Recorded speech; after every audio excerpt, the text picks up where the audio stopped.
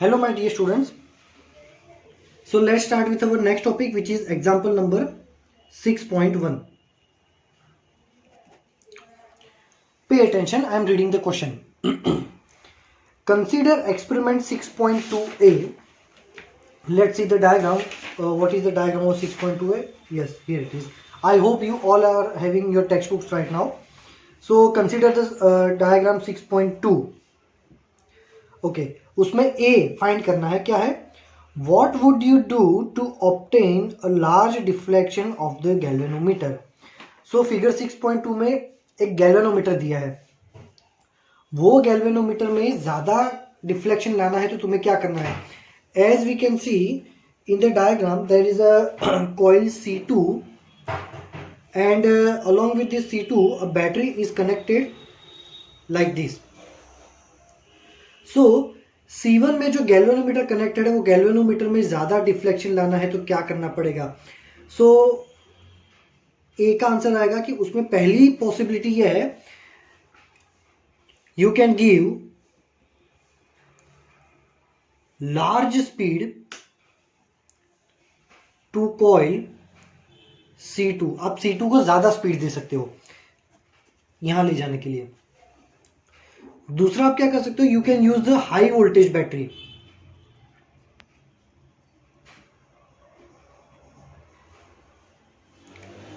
High voltage means high current. High current तो यहां पे मैग्नेटिक फील्ड की वैल्यू बढ़ जाएगी, है ना. तो देखो आपकी बुक में क्या आंसर लिखा है. To obtain a large diffraction one और more of the following steps can be taken. Use a rod made of soft iron coil. इन्होंने एक नई मेथड बोली है. यहाँ पे क्या बोला है उन्होंने? सॉफ्ट आयरन का एक रॉड इसके अंदर डाल देना है. तो उससे क्या होगा कि करंट पास होगा. करंट से यहाँ पे मैग्नेटिक फील्ड जनरेट होगा. मैग्नेटिक फील्ड की वजह से रॉड जो है वो खुद भी मैग्नेट हो जाएगा, है ना. Due to the magnetic field your rod itself will be a magnet. तो आपका मैग्नेटिक फील्ड ऑटोमेटिकली डबल हो जाएगा. एक तो ये कॉइल का खुद का मैग्नेटिक फील्ड और ये रॉड जो खुद मैग्नेट बन गया है उसका मैग्नेटिक फील्ड. तो आपका मैग्नेटिक फील्ड डायरेक्टली इंक्रीज हो जाएगा. सेकंड है connect the coil to a powerful battery. जो मैंने बोला हाई वोल्टेज बैटरी से आप कनेक्ट करोगे तो भी ये पॉसिबिलिटी हो सकती है. और तीसरा move the arrangement rapidly towards the coil C1. आपको ये C2 कॉइल को एकदम फास्ट ले जाना है टूवर्ड्स C1. ठीक है, चलो अब बी का आंसर देखते हैं. How would you demonstrate the presence of an induced current in the absence of galvanometer?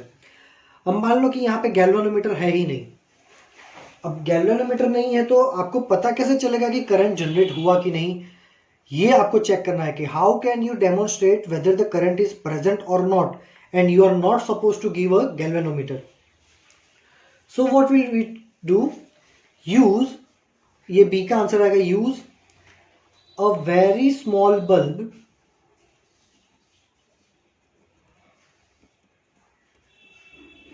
in the place of galvanometer. Galvanometer की जगह एक छोटा सा बल्ब रखो. उससे क्या होगा कि करंट पास होगा ना तो बल्ब ग्लो करेगा, है ना.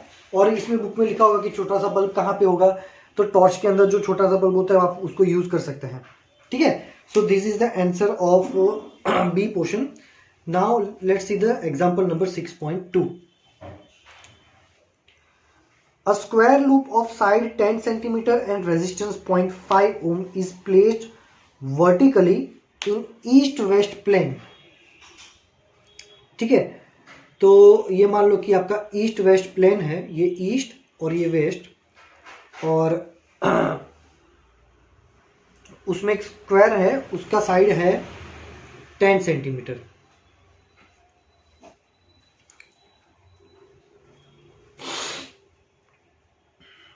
कॉइल का रेजिस्टेंस दिया हुआ है R. कितना दिया हुआ है? 0.5 ohm. A uniform magnetic field of 0.10 tesla, B is equal to 0.10 tesla, is set up across the plane in the north east direction. ठीक है, तो हमारा जो इलेक्ट्रिक फील्ड है, सॉरी मैग्नेटिक फील्ड, इतनी वैल्यू का कौन सी डायरेक्शन में, नॉर्थ ईस्ट डायरेक्शन में है।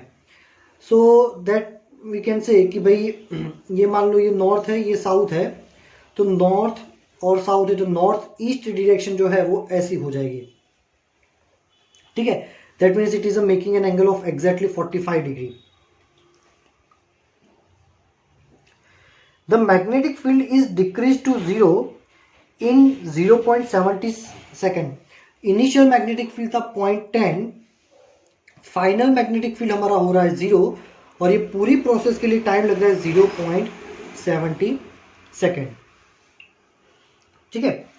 चलो, determine the magnitude of induced EMF and current during this time interval. ये पूरी प्रोसेस में हमें ईएमएफ कितना मिलेगा।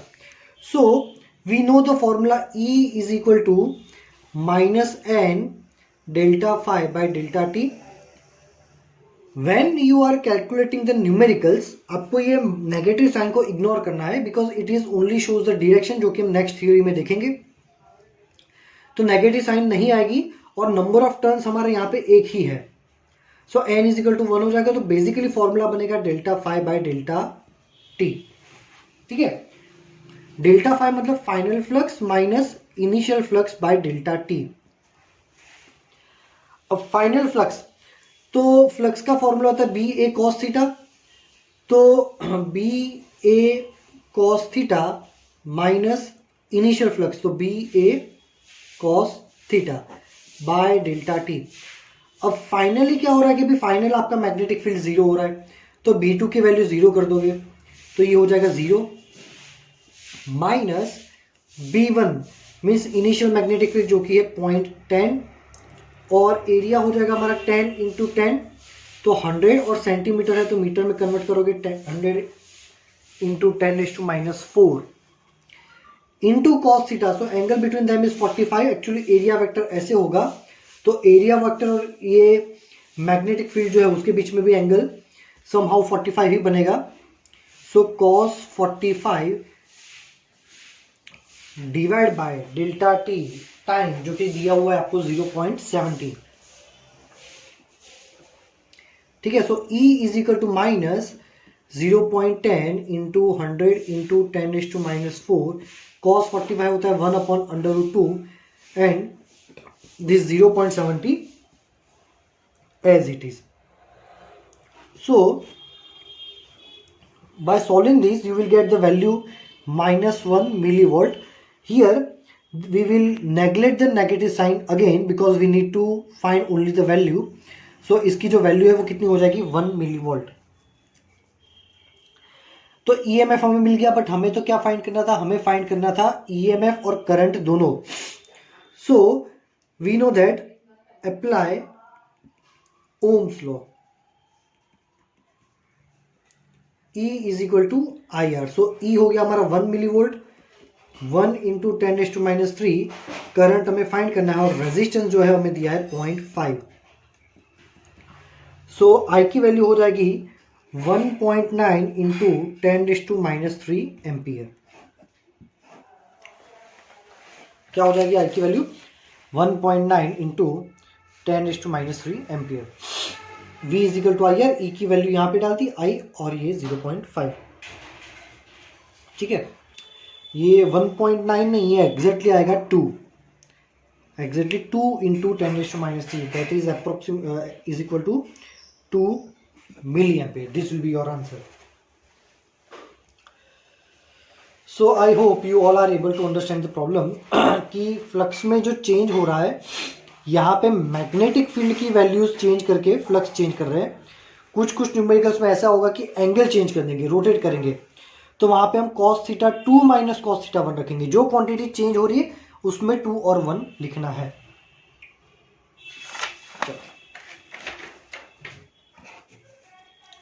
Let's see the next numerical.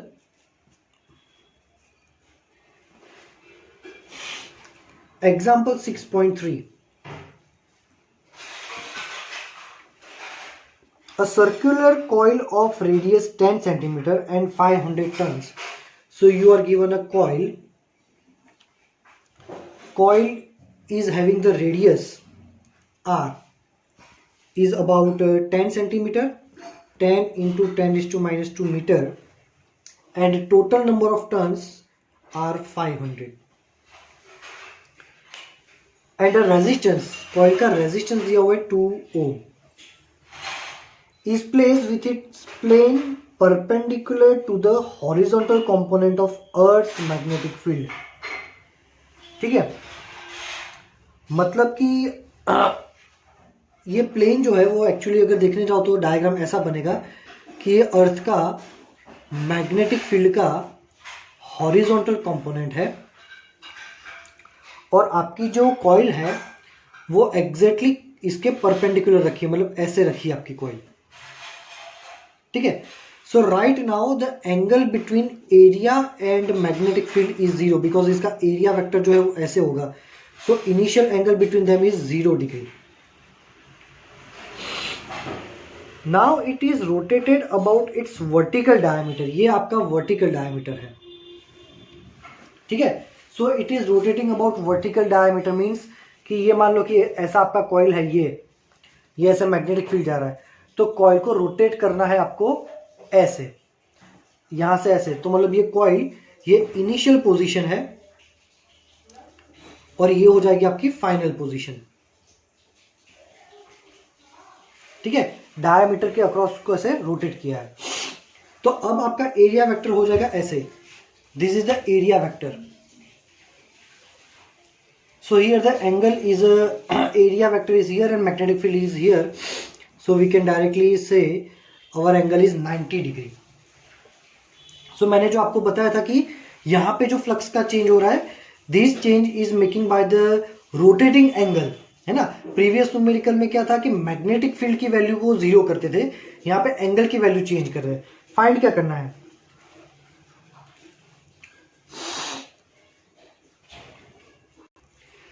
अब यहाँ पे उन्होंने 180 डिग्री रोटेट किया है, हमने सिर्फ 90 डिग्री किया है. ये मैंने अभी क्वेश्चन देखा कि भाई इसमें 180 डिग्री है. सो ये हुआ है 90 डिग्री, तो ये हो जाएगा 180 डिग्री. तो एक्चुअली ये भी तुम्हारा फाइनल डायग्राम नहीं है. फाइनल डायग्राम बनेगा ये. ठीक है. So now your area vector will become this. So finally your magnetic field and area vector are exactly opposite and they will make 180 degree to each other. For this they are taking the time. ये पूरी process के लिए time लग रहा है 0.25 second. Estimate the magnitude of the EMF and current induced in the coil. ठीक है, हमें EMF और करंट दोनों फाइंड करना है. Horizontal component of Earth's magnetic field BH, ये जो मैग्नेटिक फील्ड है वो मैग्नेटिक फील्ड की वैल्यू दे रखी 3 into 10⁻⁵ tesla. Okay. So EMF find करना है. So formula E is equal to n delta phi by delta t. Here we are neglecting the negative sign. Number of turns are given by 500. Delta phi means final flux. BA cos theta 2 minus BA cos theta 1 by time delta t. So 500, ये BA अगर बाहर निकाल दें तो B की value हो जाएगी, ये दी हुई है 3 इंटू 10⁻⁵. एंड एरिया, तो इसका एरिया हो जाएगा पाई आर स्क्वायर पाई, और इसका रेडियस है 10 इंटू 10⁻² का whole square. And cos theta 2 means cos 180 minus cos 0, 180 and 0 divided by time which is a 0.25. So 500 into 3 into 10⁻⁵ into 3.14 into 100 into 10⁻⁴. cos 180 होगा -1 minus cos 0 होगा 1 divide by 0.25. सो ये हो जाएगा -2, है ना. तो 500 into 3 into 10⁻⁵,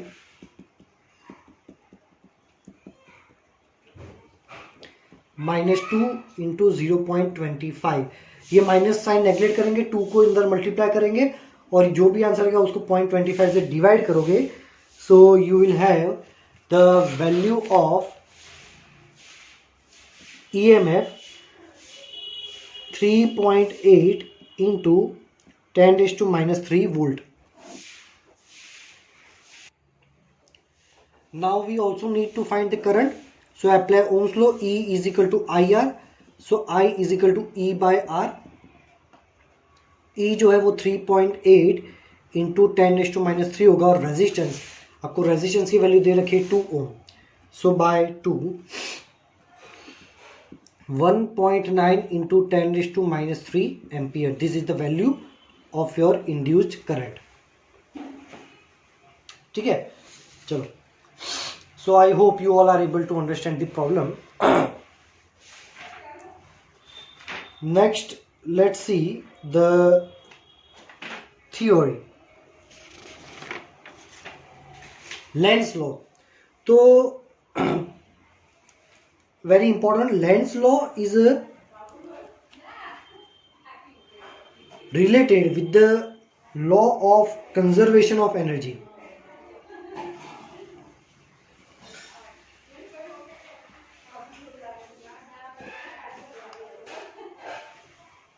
Ready? So pay attention. In the previous theory, we had written the formula E is equal to -n delta phi by delta t, और उसमें मैंने बोला था कि ये जो नेगेटिव साइन है, this negative sign represents the Lenz law. तो यही हम देखेंगे कि नेगेटिव साइन क्यों आती है and what it denoting. Let's have an example. Suppose कि हमने ये बोला था कि अगर आपके पास एक कॉइल है, ये कॉइल हमने ऐसे रखी है, and we have a magnet which is a place like its north pole is directed towards the coil. ये आपका नॉर्थ पोल है, जो नॉर्थ पोल है वो कॉइल के पास है. अब हमने क्या बोला था कि मैग्नेट को अगर अंदर ले जाएंगे तो कॉइल में करंट प्रोड्यूस होगा. ये हमने प्रीवियस थ्योरी में बताया था. फिर उसमें हमने एक अजम्पशन लिया था कि मान लेना कि करंट ऐसे प्रोड्यूस हो रहा है. ठीक है, बट मान लेना नहीं होता. We need a perfect answer. Actually Lenz law यही कहता है कि मैग्नेट को तुम अंदर बाहर करोगे, in short of magnetic field को चेंज करोगे, तो करंट जो प्रोड्यूस होगा वो कौन सी डायरेक्शन में प्रोड्यूस होगा. लेंस लॉ हमें ये बोलता है, Lenz law in short, Lenz law shows the direction of induced current. ठीक है, लेंस लॉ क्या करेगा, हमें इंड्यूस्ड करंट की डायरेक्शन देगा. चलो, अब मान लो कि कॉइल को अंदर ले जा रहे हैं तो इसमें करंट तो प्रोड्यूस होगा ही. अब फिर से हम इमेजिन करते हैं, इमेजिन कि करंट ऐसे प्रोड्यूस हो रहा है. क्या हो रहा है, करंट ऐसे प्रोड्यूस हो रहा है. अब ऐसे करंट प्रोड्यूस होने से क्या हो रहा है कि करंट प्रोड्यूस होगा तो ऑब्वियसली ये, अब करंट प्रोड्यूस हो रहा है कॉइल में तो ऑब्वियसली मैग्नेटिक फील्ड भी जनरेट होगा. मान लो कि वो मैग्नेटिक फील्ड ऐसे जनरेट हो रहा है. ठीक है, अब ये मैग्नेटिक फील्ड जो है वो कॉइल के यहां से अंदर जा रहा है और यहां से बाहर जा रहा है ऐसे. अब हमें पता है कि कोई भी मैग्नेट जो होता है उसके नॉर्थ में से मैग्नेटिक फील्ड बाहर जाता है, साउथ में अंदर जाता है. तो ये साइड में से मैग्नेटिक फील्ड अंदर जा रहा है, तो ये साइड बन गया हमारा S, और मैग्नेटिक फील्ड यहां से अंदर जा रहा है तो ऑब्वियसली ये साइड में से बाहर आ रहा होगा, ये वाली साइड में से, तो ये वाली साइड बन जाएगी N. ठीक है, ये एक इमेजिनेशन है कि सपोज ये करंट ऐसे प्रोड्यूस हुआ और करंट की वजह से मैग्नेटिक फील्ड जनरेट हुआ और मैग्नेटिक फील्ड ऐसे जनरेट हुआ. सो व्हाट विल हैपन कि भाई ये मैग्नेट के अंदर जाने से अगर ये सिस्टम हो रहा है तो जो साइड मैग्नेट से फेस की हुई है, the side which is face to the magnet will become south and the another side will become north. This is south and this will become north. So what will happen, this north and S will attract each other. This north and S will attract each other. सो attraction से क्या होगा कि ये magnet automatically ही अंदर आएगा। That means without doing any work your magnet will move inside the coil, which is not possible. Why? This is against law of conservation of energy. क्यों? Law of conservation of energy क्या कहता है कि तुम कुछ energy use करोगे, burn करोगे, तो ही सामने एनर्जी मिलेगी। You are not burning any kind of energy over here because this is attracted naturally. So without burning any energy, you can't get any current or you can't get any EMF or energy.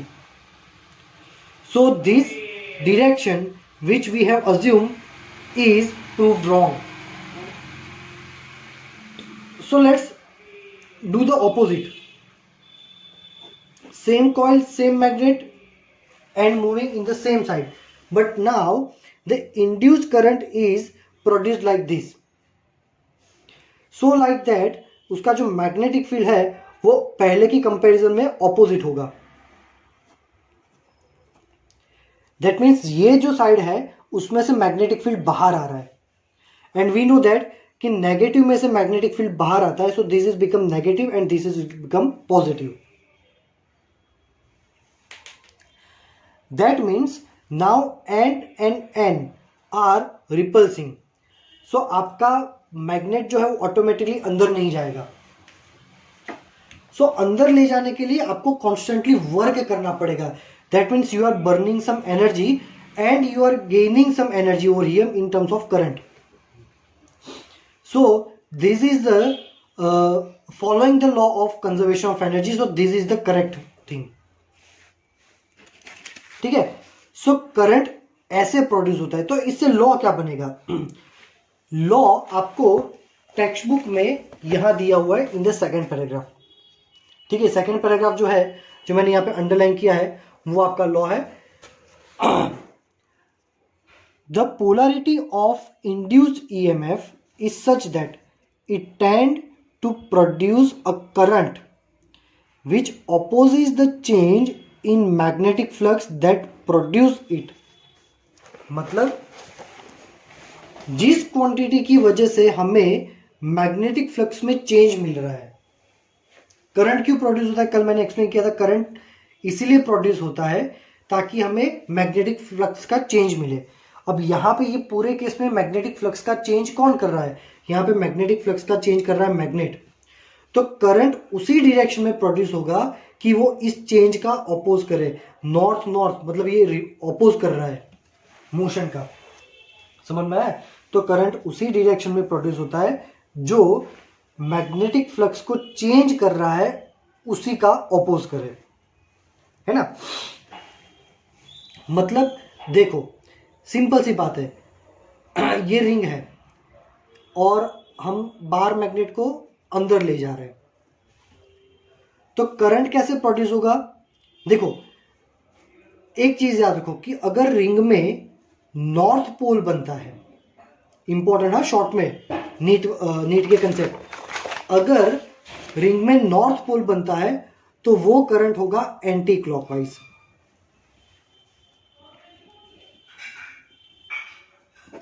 और अगर आपकी ring में south pole बनेगा तो current pass होगा clockwise. ये आपको याद रखना है। अब देखो नॉर्थ अंदर जा रहा है, ये क्या करेगा भाई? ऑपोज करो, अंदर मत लाओ। तो ऑपोज करने के लिए वो खुद भी नॉर्थ बन जाएगा ताकि रिपल्शन हो। नॉर्थ है तो इसमें करंट एंटी क्लॉकवाइज होगा। दूसरी बात, वही कॉइल है, वही नॉर्थ और साउथ है, बट अब हम नॉर्थ को दूर ले जा रहे हैं। नॉर्थ को दूर ले जा रहे हैं तो वो इसका भी ऑपोज करेगा, नहीं भाई वापस उसको अंदर लाओ। तो अंदर लाने के लिए वो क्या करेगा? वो साउथ बन जाएगा। साउथ बनाए तो करंट होगा हमारा क्लॉकवाइज, जो कि आपकी टेक्स्ट बुक में 6.6 में दिया हुआ है। ठीक है, मान लो सेम कॉइल है और साउथ और नॉर्थ है, अब साउथ अंदर आ रहा है, साउथ अंदर आ रहा है तो वो अपोज करेगा कि नहीं भी अंदर नहीं आना है तुमको, तो वो खुद रिपल्शन करने के लिए साउथ बनेगा। साउथ है तो आपका करंट जो है वो क्लॉकवाइज होगा। सेम लाइक दैट, अगर साउथ जो है वो दूर जा रहा है, if south is moving far, goes away, then what will happen? It will oppose, don't move, don't go away. So to attract it, it will become north, and if it is a north, that means it is in the anti-clockwise, it will be in anti-clockwise. So here we can say the Land's law is connected to the conservation of energy, है ना। North current को ऐसे भी वो लोग denote करते हैं, this is the like north current, like this, which is shown in the figure 6.6, exactly it is given by the south, same like that.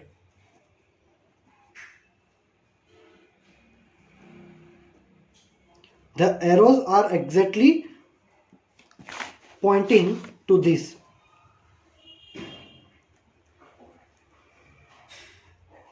Ready?